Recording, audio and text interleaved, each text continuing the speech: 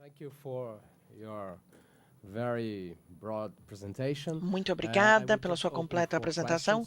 Eu vou abrir para eu perguntas. pediria às pessoas que se apresentassem brevemente, fizessem realmente perguntas curtas, porque nós temos apenas 40 minutos, temos uma plateia cheia, então eu acredito que muitas pessoas devem ter interesse em perguntar. Por favor, então, eu vou pegar 4 perguntas e depois a gente passa para o nosso palestrante, depois eu pego mais 4, e assim nós vamos até onde for possível. Temos que terminar às 12 horas. Well, thank you very much for your speech. Muito obrigada When you pela spoke about sua Please, can you say- palestra. Giorgio Romano from the Federal University of ABC. Isso da Universidade Federal do ABC. Você falou sobre as opções para o Japão. Tem também a opção de você se aliar, de trabalhar junto com a China. Bom, essa seria a opção C, então, né? Você mencionou a França, a Alemanha. Então, se isso é possível, você não mencionou a Coreia do Sul, que seria um movimento que o Trump quer retirar as tropas da Coreia. Como é que isso funciona para o Japão? Então, mais 3 perguntas, por favor. Ambassador, por favor. Aqui. Embaixador. Aqui, já está ali. Ok.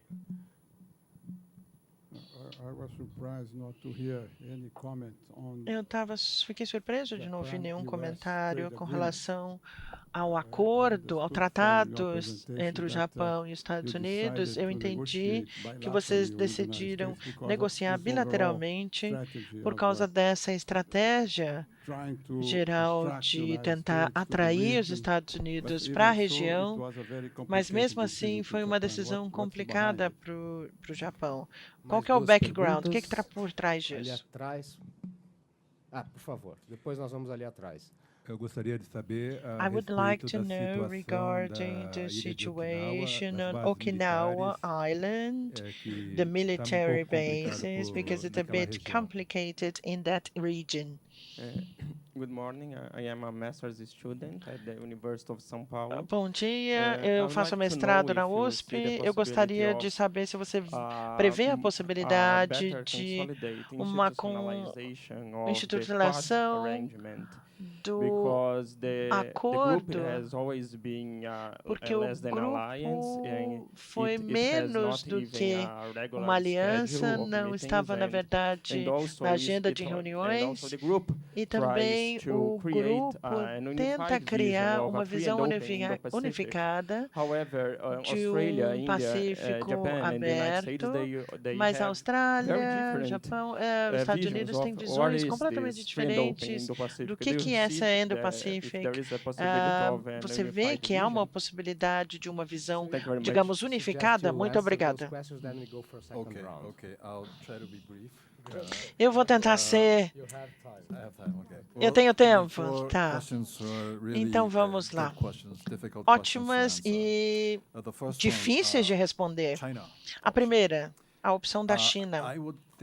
Eu pensaria que de agora, hipoteticamente, sim.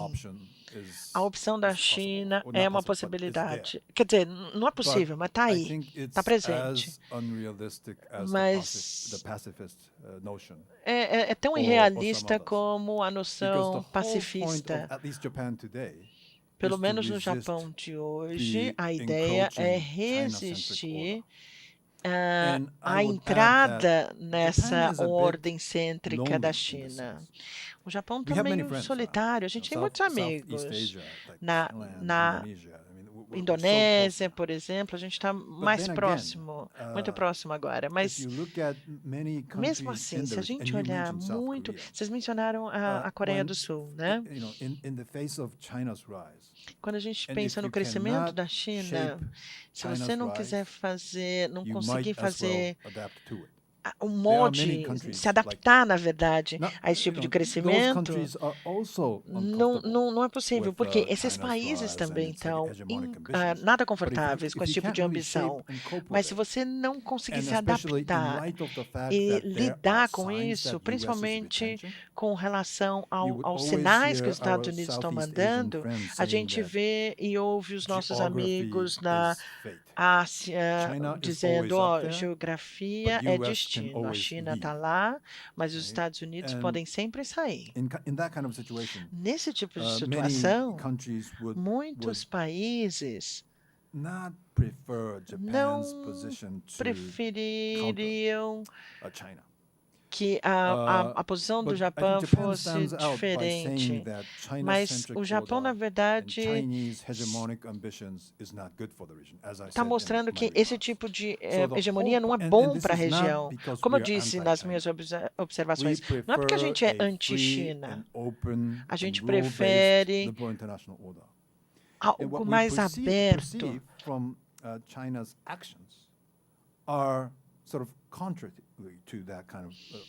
A gente vê uma contradição com relação à China referente a essa ordem. Então, políticas internacionais, políticas de segurança estão tentando empurrar isso. Então, a opção C hoje não é uma possibilidade, mas nos próximos anos, não sei, daqui a 50, 100 anos, eu acho que o formato dos Estados Unidos vai mudar e aí a visão deles na região vai mudar. Então, a gente vai ter que pensar em algum momento na opção C, por exemplo. E só mais uma coisa, hoje não é uma opção, mas só mais uma coisa. A gente tem Hope Wama, ministro, no começo dos anos 2000, e ele advogava entre essa posição equilateral, Estados Unidos, China e Japão. Isso quase significaria o final da aliança.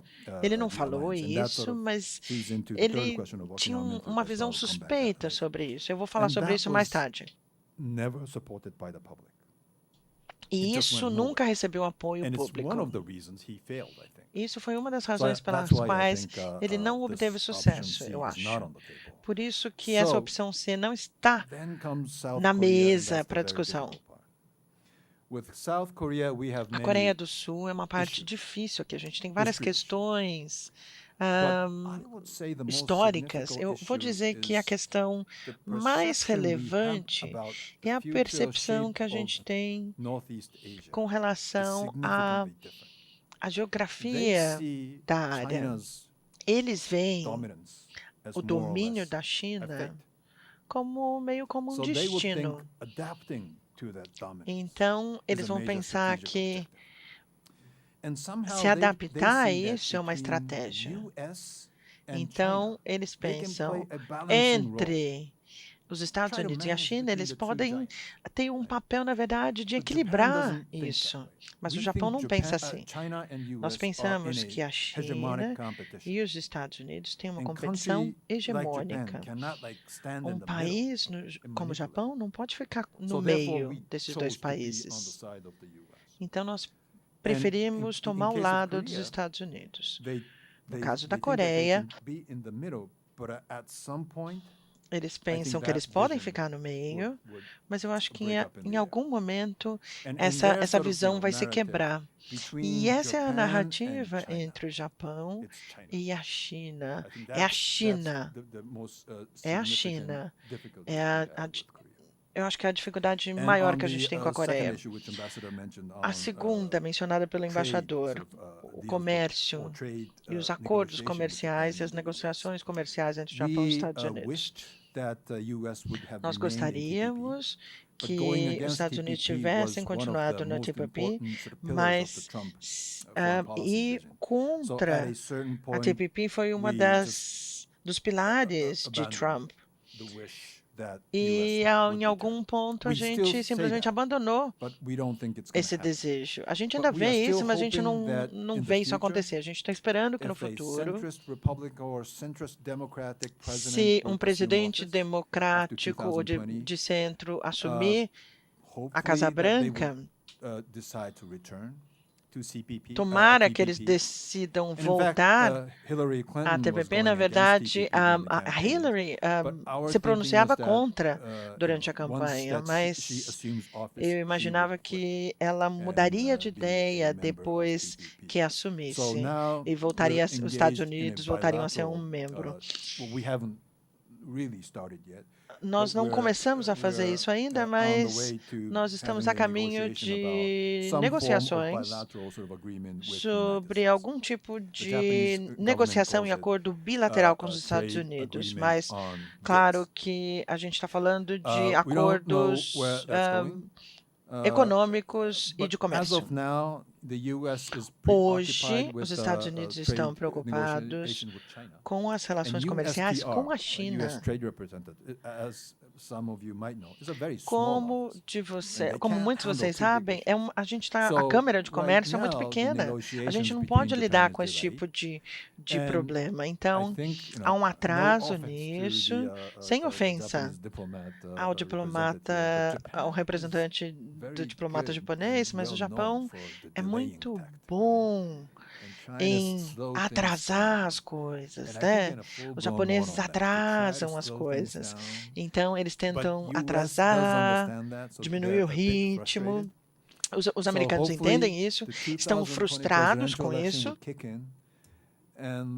Então, esperamos que a negociação de 2020 venha, a gente tenha essas negociações acontecendo. Claro que esperança não é uma política, mas, enfim, a gente espera que um candidato moderado seja colocado na Casa Branca. Mas, se a gente pensar em termos de políticas comerciais e de segurança, um candidato mais à esquerda também seria difícil, porque eles podem ter essa ideologia e ir contra um país que fosse de comércio livre.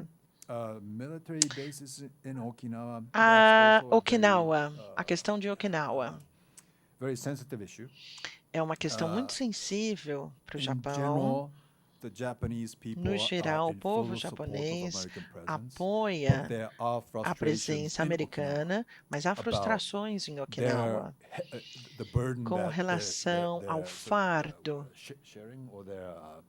compartilhado, porque é uma ilha pequena, mas uma grande parte da presença americana no país.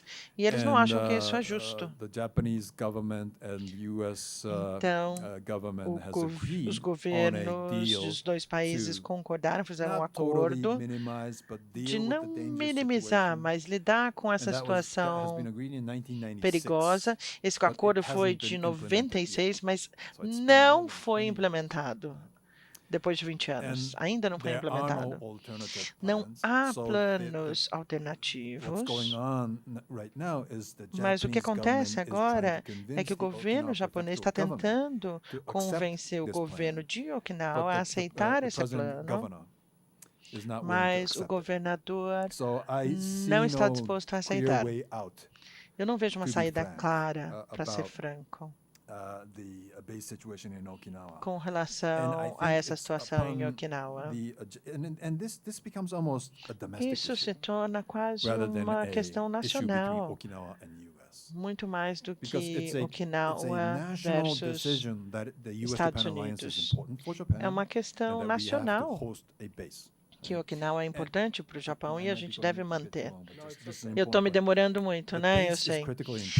Mas a base é super importante. Mas a questão é, a aliança é uma aliança bem estranha, como muitos de vocês devem saber, porque se o Japão for atacado, os Estados Unidos nos ajudariam. Mas se os Estados Unidos fossem atacados, a gente não tem obrigação a gente não tem nenhuma obrigação de atacar aquele país por causa da nossa Constituição. O que a gente fornece não é que a gente vai lutar com você, mas a gente oferece essas bases militares. Então, alguns políticos falam, bom, talvez uma aliança sem essas bases faça sentido, mas não faz. As bases têm que estar lá, do jeito que temos a aliança projetada hoje. Então, há um consenso de que a presença militar americana é necessária. Tem uma imagem positiva até, por causa do que eles fizeram logo depois, por exemplo, do terremoto japonês. Eles foram de muita ajuda em ajudar a situação depois do desastre, ajudando a população. Então, o governo japonês tem que lidar, gerir esse fardo. E tem muita gente que fala, bom, não no meu quintal. É um ótimo argumento, a gente tem que dividir, compartilhar esse fardo, mas enfim, quando a gente chega ao ponto de outras localidades aceitarem isso, infelizmente é assim, mas ainda é uma questão. Eu não estou respondendo, mas é a situação. A quarta. Eu estou saindo daqui, estou indo para Sydney para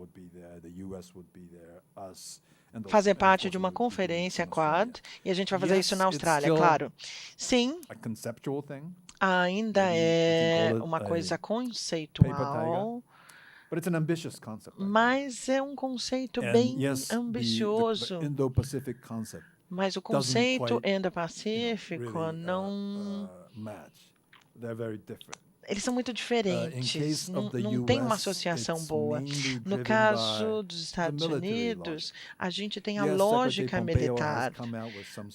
Pompeo, o secretário Pompeo trouxe algumas iniciativas, mas ainda tem a ver com a iniciativa desse acordo.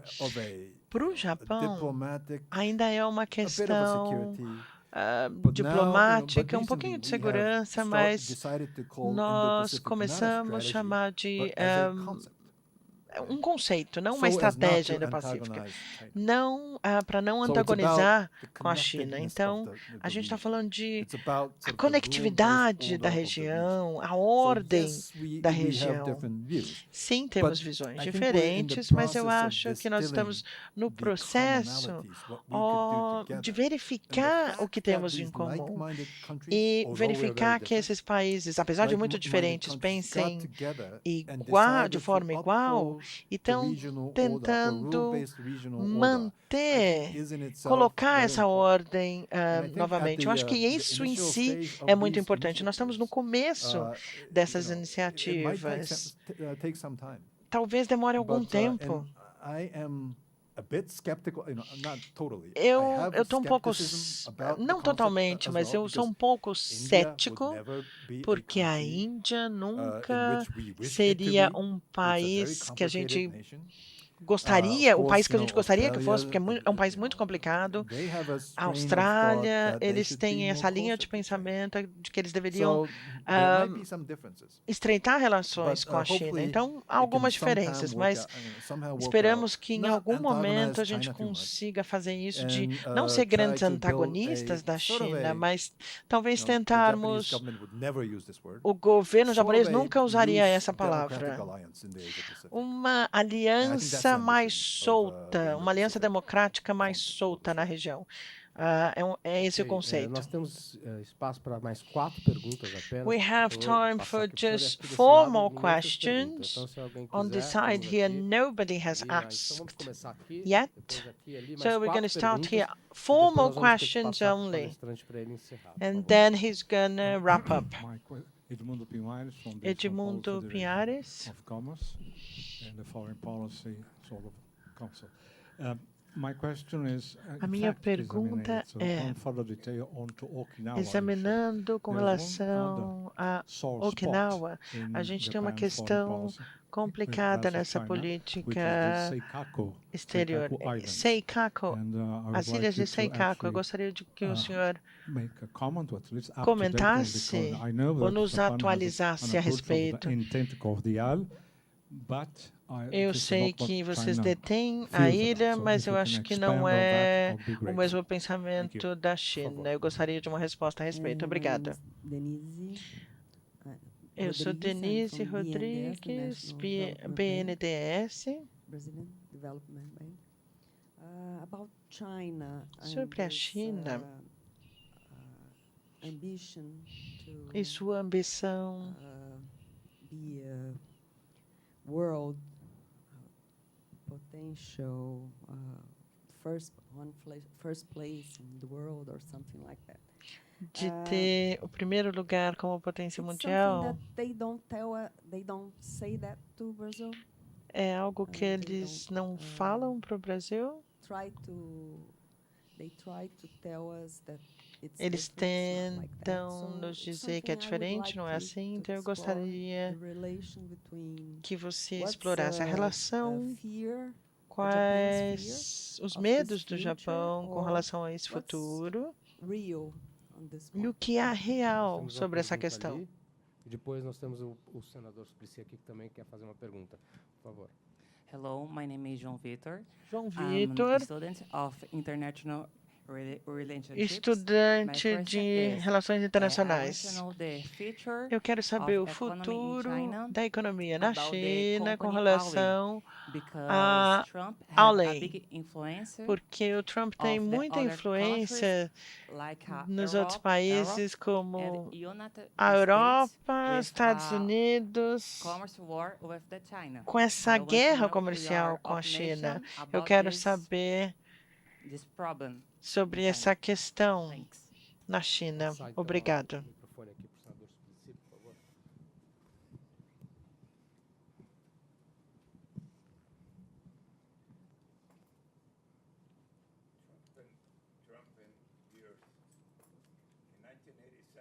It's not working there. Maybe it's not working. O microfone não está funcionando. In 1987, the Republican President Ronald Reagan, in his most famous speech, no discurso mais famoso, together, near the Berlin Wall, perto do Muro de Berlim, falou para o Gorbachev: se você quiser fazer paz, ter paz na Europa, in 1989, the wall, coloque esse muro abaixo. A shame was down. E depois esse muro foi demolido. Mas hoje Trump quer construir um muro entre os Estados Unidos e o restante da América Latina. Qual a sua posição? Com relação a isso, você acredita que a ideia de se expandir a renda mínima com relação ao Japão e a renda mínima necessária? Eu sei que nós temos pouquíssimo tempo, mas, enfim, eu gostaria de lhe perguntar sobre a Coreia do Norte. Qual a preocupação, quão preocupado o Japão está com relação às conversas entre Trump e o líder norte-coreano? Nós temos 20 ou 30 minutos para terminarmos. A primeira pergunta foi as Ilhas Senk. Então, as questões territoriais podem ser complicadas porque a gente tem questões legais e eu não sou especialista nisso, então também é hesitante entre falar muito sobre isso, mas a gente entende que nós temos a parte histórica, nós temos a parte legal, o direito legal, e essa ilha é nosso território. Então, não vemos que a questão territorial existe. Estamos muito confiantes com relação a isso, mas a China vê de uma forma diferente. Claro, de uma forma bem agressiva, vem tentando mudar a situação. E, portanto, o Japão atualizou as suas capacidades de conter essa agressão. E a gente não está falando só dessa ilha em específica. Tem a ver com essa ordem e essa soberania. Se do nada você quiser expressar até fisicamente que, isso aqui é meu, e aí a gente recuar com relação a isso, isso vai ter um impacto grande na ordem liberal internacional. A situação que vemos hoje é literalmente qual que é a palavra para isso? Nós temos 3 ordens aqui ficando mais fracas, se enfraquecendo. A ordem hegemônica dos Estados Unidos e o declínio do país, e com isso o declínio da ordem liberal internacional. E há outro tipo de ordem baseada nos estados soberanos. Essa questão territorial tem a ver com isso. Se um país em crescimento tiver um impacto nisso, eu acho que toda a ordem internacional, na verdade, vai se esfarelar. É a implicação nessa ordem que nos preocupa. A questão tem a ver com o que a China está fazendo no sul, tornando essas ilhas artificiais, fazendo do nada, falando que não é uma base militar,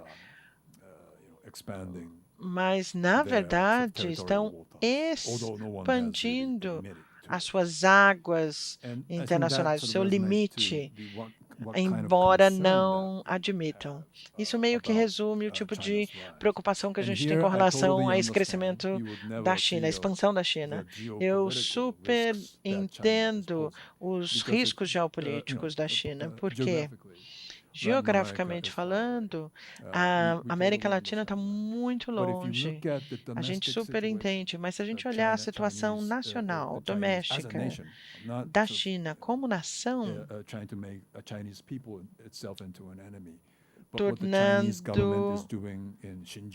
o que eles estão fazendo, por exemplo, o governo está fazendo em Xinjiang, no Tibete também, em Hong Kong, que ainda era um país de 2 irmãs. Hoje está se tornando um país de uma irmã. Se a China decidir aplicar a mesma coisa, por exemplo, em Taiwan, a gente deve ficar quieto? Já dada a força que a China tem, a gente deve simplesmente aceitar? A gente não acha que isso é bom. Claro, a gente tem que pensar no lado político quando falamos de relações internacionais. É um país que poderia moldar a região no formato que desejasse, mas o lado normativo também tem importância. Nós não achamos que a expansão chinesa, se eles colocarem isso para o exterior, o que eles fazem como política nacional, não vai ser bom.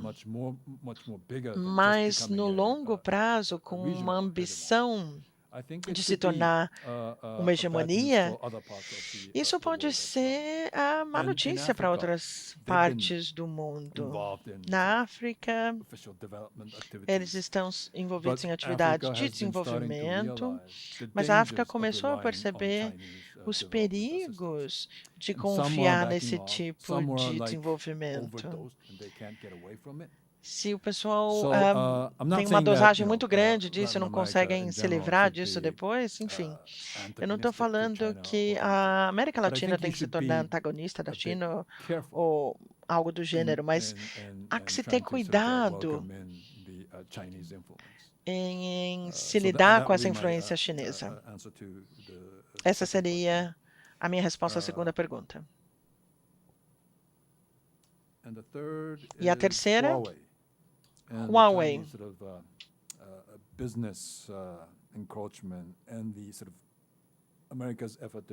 E os negócios e o esforço norte-americano para se contrapor a isso.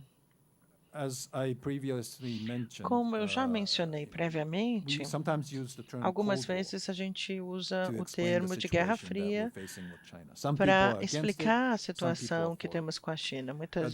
Tem gente que é contra, tem gente que é a favor. Tem gente que é contra o termo Guerra Fria, fala sobre as relações da União Soviética e da República da China hoje. É completamente diferente porque a gente tem relações internacionais ou comerciais com a China. E na época da União Soviética nem haviam tais relações. Fundamentalmente são diferentes. Isso até pode ser verdade, mas como eu já disse, algumas pessoas nos Estados Unidos, isso não é uma coisa da equipe do Trump só. A gente tem que pensar diferente. A gente não está falando só dessas lutas comerciais entre os Estados Unidos e a China. Propriedade intelectual, tecnologia, é um pouco diferente. Quando a gente fala de comércio, a gente está falando da agenda do Trump, mas o lado de propriedade intelectual e comércio, a implicação militar e tecnologia tem a ver com inteligência e defesa. Então, eu acho que isso é mais estrutural. Vai continuar. Precisamente porque há relações, há laços entre instituições acadêmicas, muitos melhores alunos na China vão para fazer o PhD nos Estados Unidos com a melhor tecnologia, roubam essa tecnologia. Então, esse tipo de relação não havia com a União Soviética, o que torna a China muito mais perigosa. E isso é o que eu acho que está por trás do incidente Huawei. Não é um fenômeno do Trump, pura e simplesmente. Vocês já ouviram os 5 Is? É a inteligência. A gente tem os Estados Unidos, Canadá, Canadá e Austrália. Eles estão engajados em uma corporação de inteligência. Eles pediram, os Estados Unidos pediram para os outros países para se livrarem de Huawei, saírem de Huawei. Então, na verdade, o Japão tem cuidado, tem que ser cuidadoso com relação a essa questão. Não tem a ver só com o Trump ser cuidadoso, tem a ver com hegemonia tecnológica, competição entre a China e os Estados Unidos. E isso vai ter grandes implicações para o tipo de mundo em que viveremos nos próximos 20 ou 30 anos, eu acho. E a última pergunta.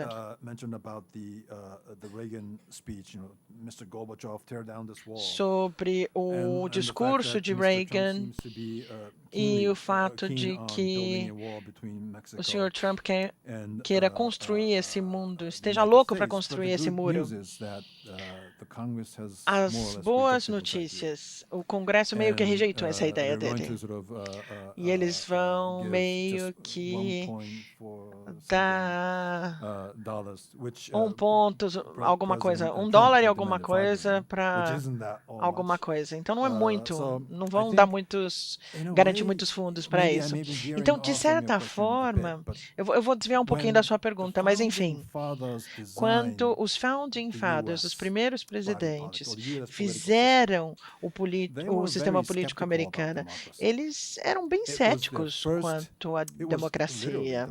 Era literalmente a primeira nação no mundo a explorar esse tipo de instituição política em termos de soberania para o povo, em que muitos não tinham nem passado por uma universidade e eles tinham dúvida se realmente o sistema funcionaria. Então, eles tomaram muito cuidado para que isso não chegasse a uma conclusão de forma rápida. Então, quando eu dou aula sobre o sistema americano, político americano,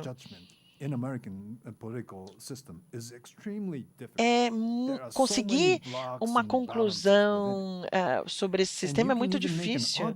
Tem tantos aspectos. A gente pode argumentar que esse sistema americano político foi projetado para o povo. É meio uma surpresa para depois de 240 anos aparecer um presidente como Trump. E eu acho que até um certo ponto o sistema está funcionando. O presidente Trump está percebendo que ele tem poder limitado com relação ao muro.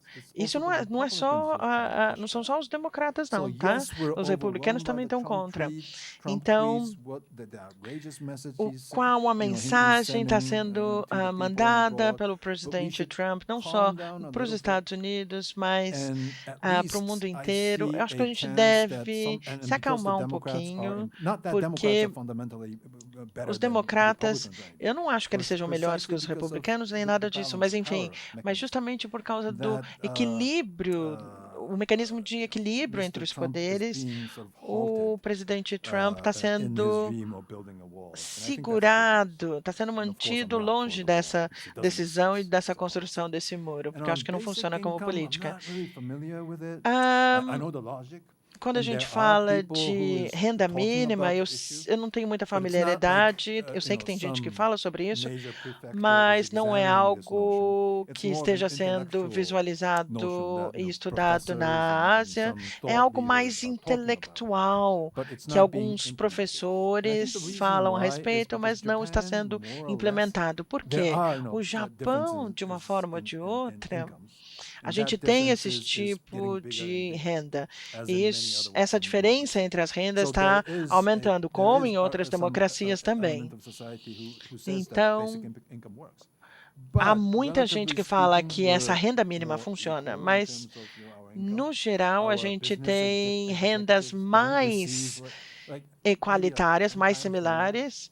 Eu posso estar falando errado, mas os nossos CEOs, por exemplo, não recebem 10 vezes mais do que outra pessoa, não sei. Esse tipo de coisa não decolou por lá ainda.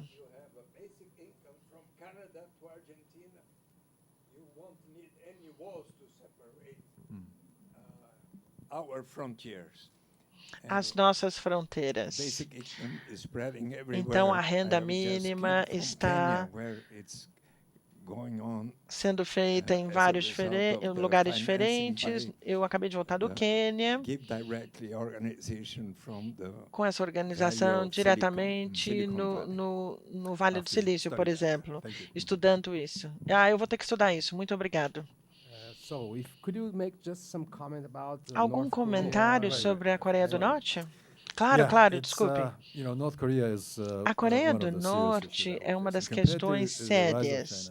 Comparando com o crescimento da China, é meio a médio prazo ou longo prazo, mas é sério. Eles nos atingiram com mísseis e olha como nós estamos, sem ofensa, nós estamos tão perto se a gente comparar com Israel, por exemplo. Nós tentamos lidar, gerir a situação. Eu acho que a nossa posição agora, todas as armas nucleares deveriam ser abolidas. Nós não sabemos se podemos confiar no presidente Trump com relação a isso. Há também mísseis que não foram, na verdade, admitidos ou exibidos pela Coreia do Norte e podem atingir o Japão em algum momento. E a única questão do governo Trump é o ICBM. Nós temos um entendimento, nosso primeiro-ministro tem um entendimento de que cabe a nós ter esse tipo de discussão com a Coreia do Norte. Eu acho que alguns de vocês sabem que nos anos 70 houve o sequestro de cidadãos japoneses por eles. Alguns faleceram, alguns não sabemos a respeito. Então, nós não temos uma confiança nisso.